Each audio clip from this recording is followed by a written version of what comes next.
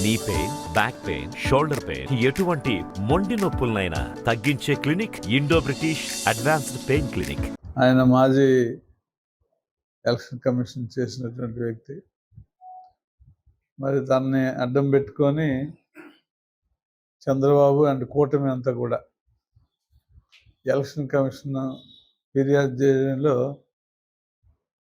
మరి election commission కూడా ఒక మాజీ ఎన్నికల అధికారి ఫిర్యాదు మేరకు మరి పూర్వపరాలు ఆలోచించారా, లేకపోతే ఏదైనా కొత్త ప్రోగ్రాం ఇచ్చారా అనేది ఆలోచన చేస్తారో లేదో నాకు తెలియదు. కానీ ముఖ్యంగా ముసలి వాళ్ళకి ఇబ్బంది కలిగజేసేటువంటి తీర్పు ఇవ్వడం అనేది చాలా దురదృష్టకరం అని చెప్పి నేను భావిస్తా ఉన్నాను. అది నా వ్యక్తిగతం.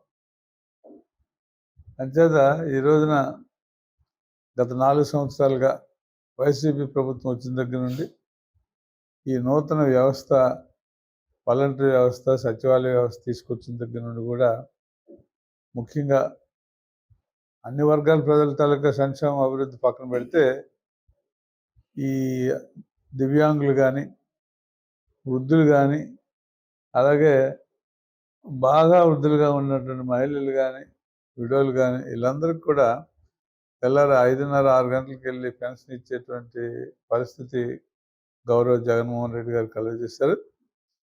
దాన్ని దానికి భిన్నంగా ఇవాళ తీర్పు ఇచ్చిన తర్వాత నాకైతే శాడిజం కనిపిస్తుంది. ఈ రాజకీయ పార్టీల తాలూకా శాడిజం వల్ల, ఈ కూటమి తాలూకా శాడిజం వల్ల ఇవాళ నిమ్మగడ్డ రమేష్ గారిని అడ్డం పెట్టుకొని ఆయన ద్వారా ఫిర్యాదు చేయించేటువంటి పరిస్థితికి దిగజారితే దీనివల్ల ఫలితం ఏ విధంగా ఉంటుందో రేపు ఖచ్చితంగా రాబోయే రోజుల్లో మరి ఈ రాజకీయ పక్షాలు అన్నీ కూడా చవి చూడవలసినటువంటి పరిస్థితి. ఈవేళ వాలంటీర్లు అందుకనే ఖచ్చితంగా మేము రిజైన్ చేసి మరీ పనిచేస్తామనే స్థాయికి ఈవేళ చాలామంది వాలంటీర్లు వచ్చి చెప్తా ఉన్నారు. ఎందుకంటే మేము చేసేది సేవ, ఆ సేవకు కూడా రాజకీయ పక్షాల్లో తెలుగుదేశం, జనసేన, బీజేపీ, ఇతర ఫ్రెండ్లీ పార్టీ ఉన్నటువంటి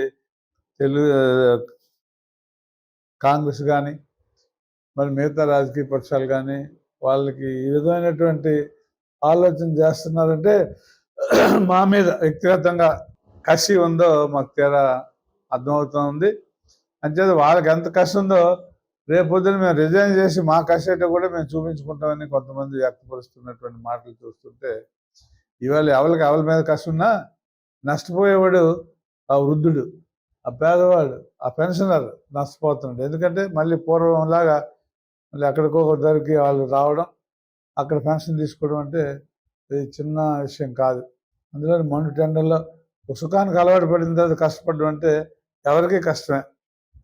అంచేత వాళ్ళకి హాయిగా వాళ్ళ కాళ్ళ దగ్గరికి వెళ్ళి పెన్షన్ ఇచ్చేటువంటి అలవాటు గౌరవ ముఖ్యమంత్రి గారు జగన్మోహన్ రెడ్డి గారు సచివాలయ వ్యవస్థ వాలంటీర్ ద్వారా చేయగలిగారు.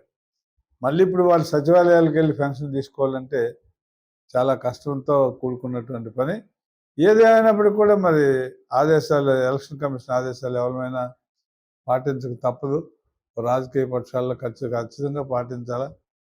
అయితే ఎలక్షన్ కమిషన్ ఉండవలసింది ఈ విషయం మీద. ఇదేమైనా కొత్తగా పెట్టినటువంటిది కాదు.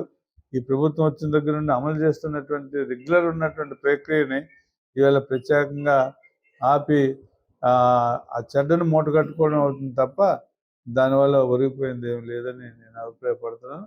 కాబట్టి ఇలాంటి విషయం గురించి వాలంటీర్ లెవెల్లో బాధపడవలసినటువంటి అవసరం లేదు. మీరు సేవ చేసేటువంటి ఆలోచన ఉన్నప్పుడు ఎప్పుడైనా మీ సేవ మీరు చేయొచ్చు. మీరు వద్దంటే మానేస్తారు. దాని తాలూకు ఇబ్బంది ఏంటో వాళ్ళు పబ్లిక్కే అనుభవిస్తారు. కాబట్టి దాని పర్యవస్థానం రాజకీయ పక్షాలు పబ్లిక్ అనుభవించినటువంటి బాధని రాజకీయ పక్షాల మీద ఎలాగా దాని ప్రభావం ఉంటుందని నేను మీ ద్వారా తెలియజేస్తాను. మరిన్ని వీడియోస్ కోసం ఛానల్ ని సబ్స్క్రైబ్ చేయండి. లేటెస్ట్ అప్డేట్స్ కోసం వాట్సాప్ ఛానల్ ని ఫాలో చేయండి. అండ్ లింక్ డిస్క్రిప్షన్ లో ఉంది.